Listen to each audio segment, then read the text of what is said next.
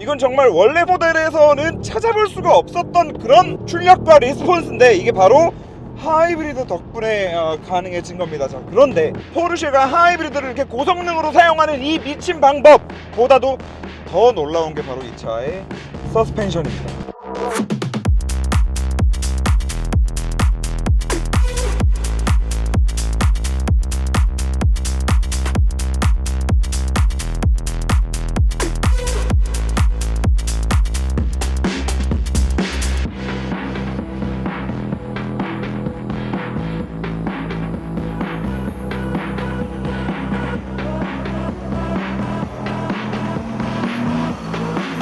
자, 지금 이 차에는 포르쉐의 새로운 서스펜션 시스템 PAR이 들어가 있습니다. 제가 몇 달 전에 이걸 한번 소개를 드렸었어요, 영상으로. 그때 타이칸 터보 GT가 이 PAR 시스템을 장착을 하고 새로운 랩타임을 갱신을 한 것까지 함께 이 새로운 시스템에 대해서 한번 소개를 드렸었는데, 그때 그 영상을 보시고 나서 이제 저희 시청자분께서 이 파나메라를 계약할 때 그 옵션을 딱 집어넣어서 저한테 차를 보내주셨습니다.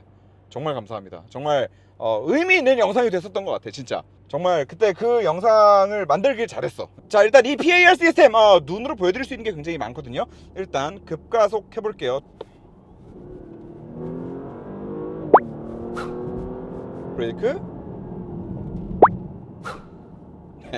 바로 헬리콥터 기동이라고 하죠. 우리가 헬리콥터가 앞으로 쫙 나갈 때 이렇게 뒤 엉덩이를 싹 든 상태로 이렇게 나가잖아요. 물론 헬리콥터 같은 경우에는 일부러 승차감을 위해서 트랙션을 위해서 그런 행동을 하는 거는 아니지만, 결과적으로 보면은 지금 둘이 움직이는 모양새가 비슷하다 보니까 얘도 이제 우리가 헬리콥터 기동을 한다, 이 PAR 시스템은 헬리콥터 기동이 가능하다라고 우리가 이제 얘기를 하는데, 결론부터 말씀드리면 저는 이 시스템을 이렇게 해서 끄고 다녔습니다, 일주일 내내. 그래서 이거부터 좀 먼저 말씀을 드리면, 방금 이제 끄고 다녔다라고 하는 게 이 PAR 시스템 자체를 끄는 기능은 없어요. 이 PAR 시스템은 언제나 항상 자동차의 승차감과 스테빌리티를 만들어내기 위해서 계속해서 움직이고 있습니다. 근데 그 와중에서도 저는 뭘 끈 거냐면, 여기 가속 및 제동 안정성, 노말 실시에서만 이용 가능, 여기 써 있는 거 있죠. 왜 끄고 다녔냐면, 얘가 이 헬리콥터 기동을 하는 게 느껴져요, 많이. 이게 이제 피치를 잡기 위해서 엉덩이를 들었다가 앞에 머리를 들었다가 하는 이 행위가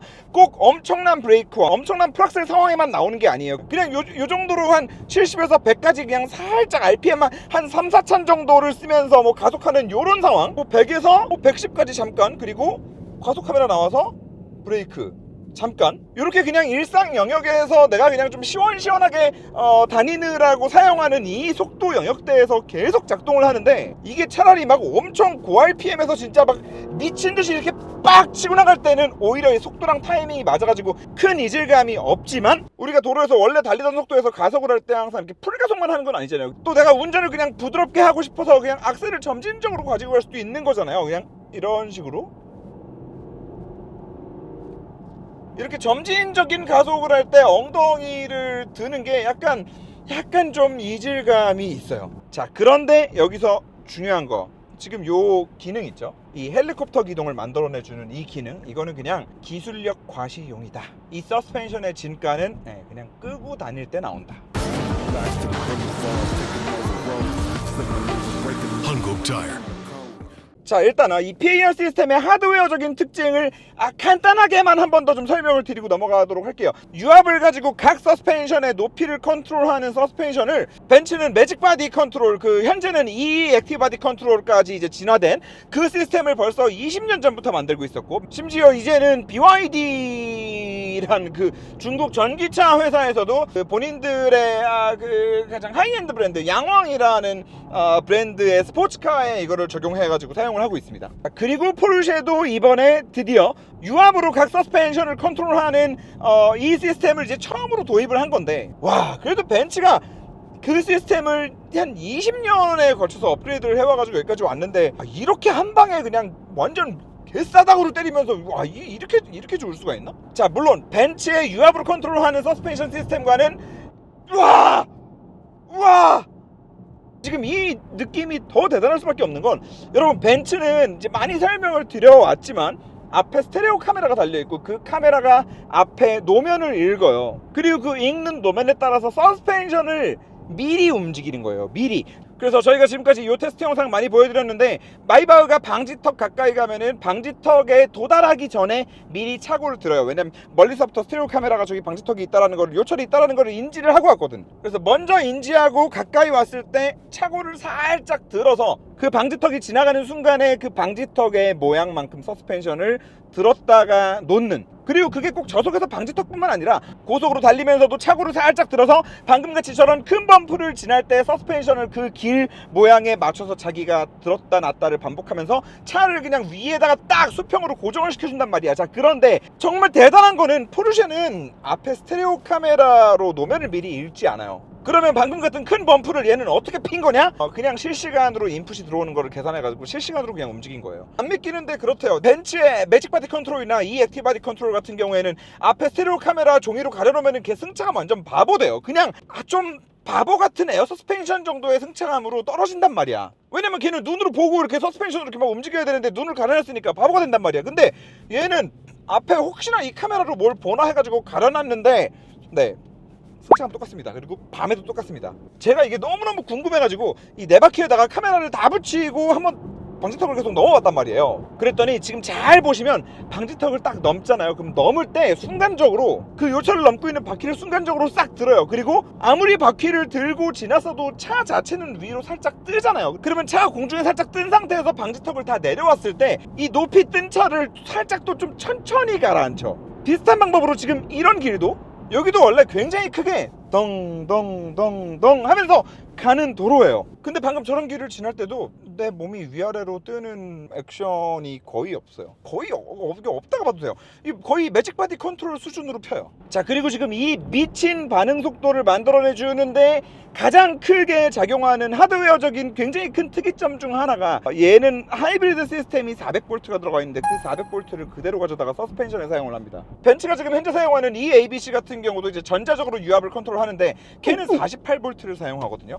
그러니까 어마어마한 힘의 차이가 있는데, 결국에 얘는 정말 엄청난 힘으로 서스펜션의 움직임, 그리고 이 차량의 G값, 이거를 또 수만 분의 1로 또 쪼개가지고 센싱하는 이 데이터들을 그대로 받아서 이 차체 자세를 계속해서 지금 유지를 시켜주고 있는 거죠. 그리고 거기에 마지막으로 정말 중요한 사실, 이 네 바퀴의 높낮이를 유압식으로 따로 별도로 컨트롤하는 모든 서스펜션 시스템을 가진 차량에는 스테빌라이저가 들어가지 않습니다. 항상 말씀드리죠, 우리가 타고 다니는 차의 승차감을 안 좋게 만드는 여러 가지 요인이 있는데 그 중에 그 스테빌라이저라는 놈은 진짜 정말 그 더러운 승차감의 지분이 정말 많은 부품이에요. 걔는 한번 생각을 해보세요. 도로에 요철이 얼마나 많고 좌우의 요철이 계속 다르잖아요. 그런데 그 스테빌라이저라는 부품이 결국에는 뭐예요? 왼쪽 바퀴랑 오른쪽 바퀴를 일정 이상 틀어지지 못하게 하려고 이 좌우를 막대기로 묶어놓은 거잖아. 이 쇠파이프, 이 몽댕이 하나 때문에 좌우 바퀴의 움직임이 얼마나 많은 제한을 받겠어요. 그렇기 때문에 요 바로 전세대 파나메라 같은 경우에는 이제 PDCC라는 부품을 이용해서 전자식 스테빌라이저를 사용해서 그냥 이렇게 다닐 때는 풀어놨다가 뭔가 순간적으로 스티어링 인풋이 빡 들어가면은 차의 자세를 안정적으로 유지해주는 이제 그런 장치도 쓰고 했었던 건데, 이제 이렇게 네 바퀴의 높낮이를 다 따로 컨트롤할 수 있게 되면 스테빌라이저는 더 이상 필요하지 않거든요. 왜냐면 그 스테빌라이저의 목적은 롤을 잡는 거거든요. 그래서 안티 롤 바라고도 한단 말이에요. 왼쪽으로 급차선 변경을 하면은 원래는 어떻게 돼야 되죠? 원래는 오른쪽 바퀴가 눌려야 되는 거예요. 그런데 얘는 지금 오히려 오른쪽 바퀴의 서스펜션 스트로크가 늘어나면서 들어갑니다. 이건 완벽하게 물리법칙을 거스르는 거잖아요. 자, 한 번 더 여기서도 쓱. 그리고 원래는 스테빌라이저가 들어가는 이유가 이런 상황에 차가 한쪽으로 무한정 쏠리면 안 되니까 이 왼쪽 오른쪽의 밸런스를 맞추기 위해서 이 양쪽 바퀴를 묶어서 움직임의 폭을 제한했던 거란 말이에요. 그런데 지금 얘는 아까 우리가 이 요철을 얘가 쫙 펴버리면서 가듯이 서스펜션이 실시간으로 높낮이를 제어할 수 있는 이제 시스템이 들어갔잖아요.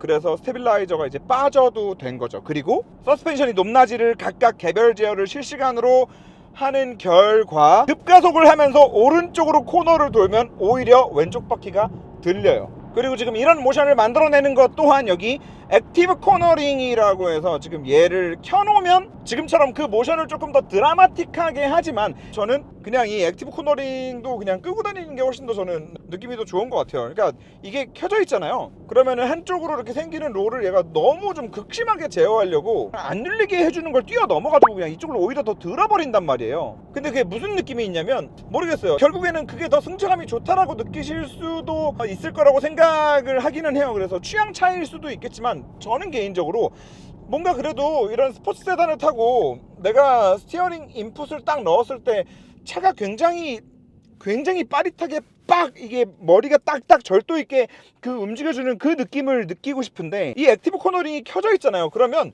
얘가 눌려야 될 쪽 바퀴를 안 누르고 계속 반대로 들잖아요. 그러니까 예를 들어서 이런 상황에도 차는 진짜 빠르게 움직였거든 지금. 와, 차는 진짜 미친듯이 빠르게 움직였는데 이 빠르게 움직인 느낌이 체감이 안 돼. 이게 약간 뭐랑 비슷하냐면 BMW M2 같은 경우에 ZF 8단 오토미션으로 바뀌면서 차는 결국 더 빨라졌어요. 근데 무엇이 중요한데 우리가 M2 가지고 다 트럭 가서 타냐고. 나는 그 DCT 미션의 변속감이 좋단 말이야. 비슷한 맥락인 거죠. 이 액티브 코너링을 켜져 있으면 결국에는 더 빠르고 뭐 더 승차감도 좋을 것 같기는 해요. 근데 이거를 꺼야 좀 이렇게 차선 변경 할 때도 뭔가 차를 좀 이렇게 스포티하게 컨트롤하는 그 감성이 오히려 이거를 꺼야 이게 빡 느껴지기 때문에. 그리고 마찬가지로 지금 얘를 끈다 하더라도 이 PAR 시스템의 이 엄청난 시스템은 계속해서 우리가 느끼면서 가는 거기 때문에 결과적으로 서스펜션은 진짜 정말 미친 시스템이에요. 정말 기대했던 거 이상이에요. 근데 이 액티브 코너링이랑 가속 및 제동 안정성 요거는 조금 굳이 이거 너무 보여주기식 아니야? 그런 느낌이고, 여기 메뉴에 있는 탑승 편의 레벨 조정 얘도 마찬가지인 게 이게 그거든요. 요거 얘가 이제 그 인터넷에서 많이 나왔던 걘데 저는 얘도 그냥 이거 보여주기식이다. 이건 과시용. 얘가 일단 뭐가 문제냐면은 일단 첫 번째는 이제 저의 피지컬이 문제기는 해요. 이게 좀 키가 너무 큰 사람들은 진짜로 그래 차 탈 때 뭐 이렇게 몇 센치라도 이렇게 확 들어주면 그래 차 타기 조금은 더 수월해질 수 있겠다라는 생각이 들지만 우리 저기 이 쪼꼬미들은 제가 항상 말씀드리지만 이 165 언저리는 뭐 한 170까지도 이거 드나 마나 탈 때 똑같아. 그냥 똑같아. 그리고 문제가 얘가 조금 가끔씩, 물론 가끔씩이긴 하지만 좀 자주 나오긴 해요. 좀 느리게 움직일 때가 있어요. 그래서 지금 이 영상도 보시면 제가 차에 딱 탔어. 다 타고 나니까 올라가. 이렇게 좀 느리게 움직일 때가 있어요. 그래서 요 세 개는 보여주기식 옵션이라고 생각을 하고, 이런 부가적인 기능들이 아니더라도 이 PIR 시스템 자체는 오늘 계속해서 보여드린 것과 같은 그런 대단한 운동 성능, 거기다가 또 지금 저 유압 댐퍼의 차고를 버텨주고 있는 건 에어스프링이 들어가 있단 말이에요. 에어 서스펜션이 들어가 있어. 그러다 보니까 이런 좌우로 엇박으로 지나는 모든 요철들, 한쪽만 매너를 치고 지난다던가 뭐 한쪽만 방지턱을 넘었다던가 이런 모든 상황, 차 안으로 쿵쾅 혹은 머리가 좌우로 이렇게 막 뒤뚱뒤뚱 움직일 수 있는 그 모든 상황에 얘는 거의 레인지로버도 전자식 스테빌라이저가 들어가 있거든요. 그렇기 때문에 그렇게 승차감이 좋은 건데, 얘는 세단임에도 그 모든 상황에 저는 요철을 만났을 때는 레인지로버급이라고 생각을 해요. 그냥 에어 서스펜션만 들어가 있는 S클래스보다도 얘는 승차감이 좋습니다. 자, 근데 만약에 굳이 이 PAR 시스템을 한마디로 정의하라고 하면은 그 PAR 시스템은 퍼포먼스보다는 승차감용 장비 아닌가? 승차감용 장비다. 그 정도로 저는 이제 마무리를 드릴 수 있을 것 같고, 너무 더워가지고 못하고 있겠다. 오늘 이거 광고해야 되는 건데 잠깐만, 도저히 더워가지고 못하고 있겠어요. 너무 보온성이 좋아서 제가 벌써 이거 3년째 광고하거든요. 3년째. 코스모 프로브라고 우리 시청자분께서 하시는 사업인데, 제가 원래 이거 맨날 옛날에 링컨 때도 그랬고 7 시리즈 이치프님이랑 리뷰할 때도 그랬고 광고 드릴 때는 항상 저거였어요. 명절 때 명절 선물로 하시라고 광고를 했었는데, 이번에는 연말에 크리스마스 선물로 하시라고 또 제가 좋은 가격으로 좀 주시면은 하겠다고 해가지고 가격을 잘 만들어 왔고, 자, 간단하게만 좀 설명을 드리면, 캐시미어는 다들 아시잖아요. 근데 그 캐시미어들 중에서도 등급이 있습니다.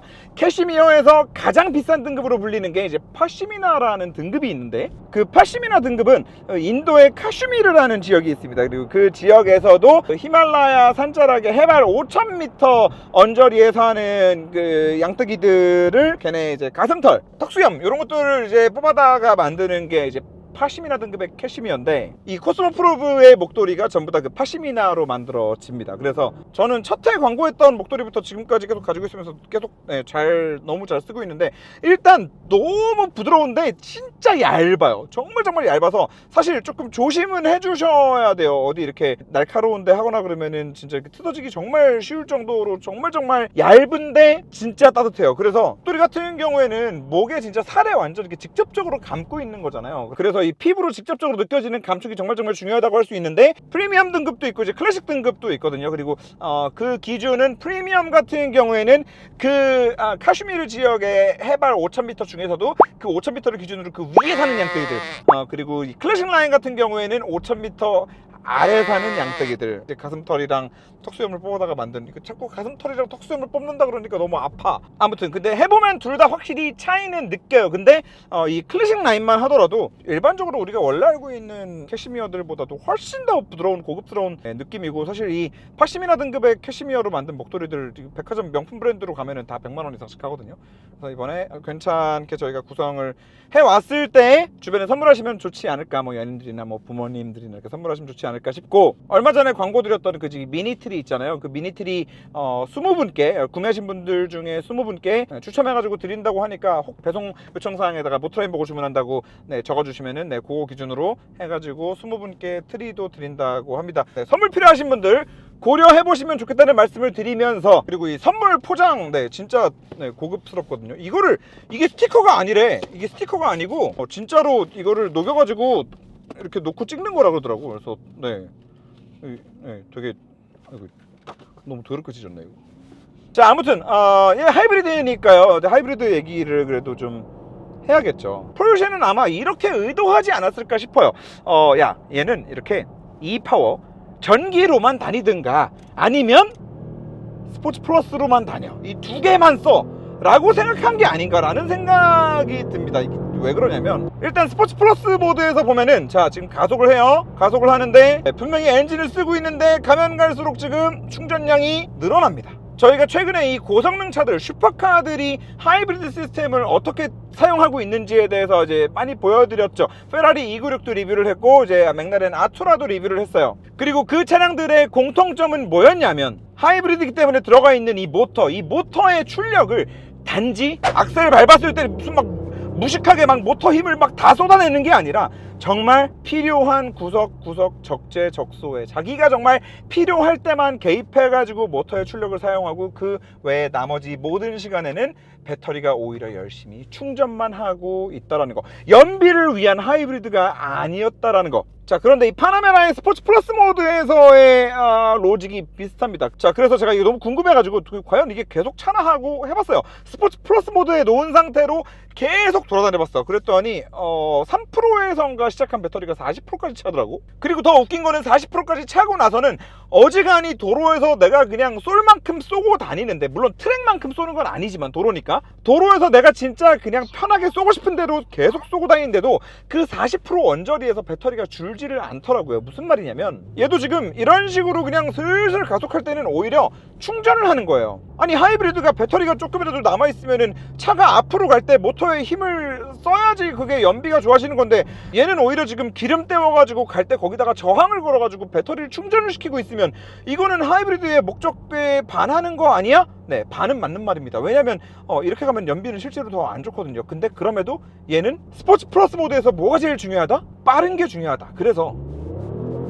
이렇게 순간적으로 터보렉이 생길 수 있는 그 가장 극초반에만 모터 출력이 최대치까지 피크를 한번 빡 찍었다가, 그 다음에 엔진의 힘만으로 차가 충분히 최대의 출력을 지금 낼 수 있겠다 싶은 상황이 되면은 모터의 힘은 싹 빠져요. 그리고 때로는 지금은 엔진의 힘만으로 충분하니까 나는 차라리 지금 충전을 하고 있어야겠다 라고 생각해가지고 충전을 하고 있을 때도 있고, 변속이 되는 타이밍에 그 변속되는 로스를 막아주기 위해서 페라리처럼 그 변속되는 찰나에만 모터의 힘을 또 빡 순간적으로 주는 그런 모션들도 지금 함께 만들어줍니다. 아니, 일단 엔진의 출력이 한번 붙고 나서 빠른 건 항상 빨랐어. 4S도 빨랐어. 근데 이거는 리스폰스가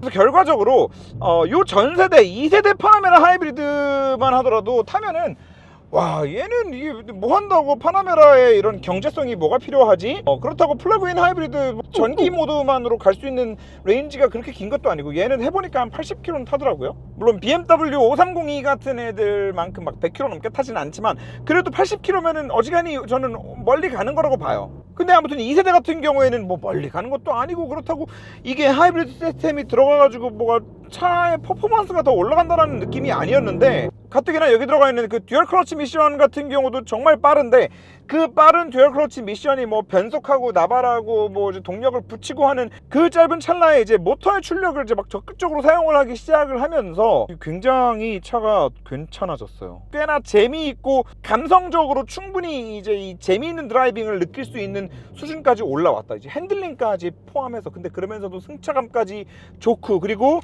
이 파워 모드 같은 경우에도 일반적으로 우리가 알고 있는 PHEV들이나 전기 차량은 조금 다른 게, 모터로만 구동을 할 때 뭐라 그래야 될까, 엔진 돌 때 그 뭔가 그 필링 있잖아요. 뭔가 그 스티어링으로 들어오는 약간 그런 좀 이 구동계 지금 그 미세한 진동이라고 해야 될까? 네, 그런 것들이 좀 있는데, 그런 게 모터로만 구동될 때도 들어와요. 그래서 이게 모르겠어요. 어쨌든 이 모터가 듀얼 클러치 미션을 거쳐가지고 나가잖아요. 거기서부터 오는 그 느낌인지 뭔진 모르겠지만, 그냥 이 파워 모드에서 전기 모드로 다닐 때도 네, 느낌이 꽤나 괜찮다는 거고, 그리고 또 출력도 충분하기 때문에 만약에 집밥이 있다라고 하면은 저는 매일매일 충전해서 이 파워 모드를 정말 많이 쓸 것 같고, 만약에 집밥이 없다 하더라도 아까 말씀드린 것처럼 뭐 예를 들어서 퇴근길에는 이제 이 스포츠 플러스에 놓고 쭉쭉 쏘고면서 오히려 배터리를 좀 채우고, 물론 뭐 너무 짧은 거리를 쏘면은 또 계속 배터리를 뭐 쓸 수밖에 없는 그런 상황도 되겠지만, 또 다음날은 그 채워진 배터리를 이 파워 모드로 가면서 또 쓰고 뭐 이렇게 움직이는 것도 가능하지 않을까. 물론 여기서 이제 중요한 거는 페라리나 맥라렌처럼 그 정도로 달리는 모드에서 그 정도로 적극적으로 이제 충전을 하지는 않기 때문에, 이 그룹 같은 경우에는 한 40-50분 정도 풀로 빡 쏘면 배터리 100%딱 차거든요. 얘는 이제 그 정도 수준은 아니기 때문에 뭐 까딱 잘못하면 스포츠 플러스 모드에서 전기를 오히려 더 쓰기만 하는데, 그런 경우도 생길 수는 있긴 하지만, 어쨌거나 만약에 집밥이 없는 상황이라 하더라도 얘는 운영해 볼 만한 여지가 있겠다라는 말씀을 드리는 겁니다. 물론 집밥이 있다라고 하면 더 좋겠지만요. 그 부분이 그 슈퍼카들이 사용하는 하이브리드랑은 조금 다른 부분인 것 같기는 해요. 걔네는 진짜로 플러그를 꽂을 일이 1도 없는 그런 PHEV들이고, 충전 속도가 워낙 빠르다 보니까요. 얘는 그래도 뭐 그 정도는 아니다라는 거. 얘는 그래도 뭐 좀 충전은 필요할 것 같다는 거. 제가 파나메라 4 이 하이브리드 아닌 모델은 진짜 저기 독일 가가지고 타보고 뒤지게 깠는데, 정말 뒤지게 깠는데, 와 이번 그때 그런 말씀을 드렸나, 그런 생각만 했나 기억이 안 나는데, 이번 파나메라는 뭔가 하이브리드에 몰아줬나? 하이브리드에 몰아주기 했나라는 생각을 했었거든요. 근데 네, 하이브리드에 몰아줬네요. 일반 모델이랑은 그 갭이 너무 심하게 차이가 많이 나서, 와 이게 이렇게까지 수준의 차이가 나도 되나 싶을 정도로, 얘가 지금 베이스 모델이 1억 8천에다가 PAR 넣고 뭐 넣고 뭐 조금 하면은 2억 한 2, 3천 정도면은 원하는 거 다 해가지고 살 수 있을 것 같은데, 가성비가 좋다고 느껴질 정도예요. 진짜 좋네요. 물론 여전히 이 옆모습과 뒷모습이 이 전세대와 너무나 구별이 안 가서, 내가 그래도 2억 넘는 파나메라를 사는데 신형을 타는 느낌이 정말 빡 안 온다라는, 그거는 전 여전히 되게 큰 단점이라고 생각을 하지만서도, 이 주행 질감이나 이 모든 하나하나의 이 퀄리티들을 보았을 때 이 가격대에 이 이상의 퀄리티를 느낄 수 있는 차가 또 뭐가 있을까. 정말 이 순수한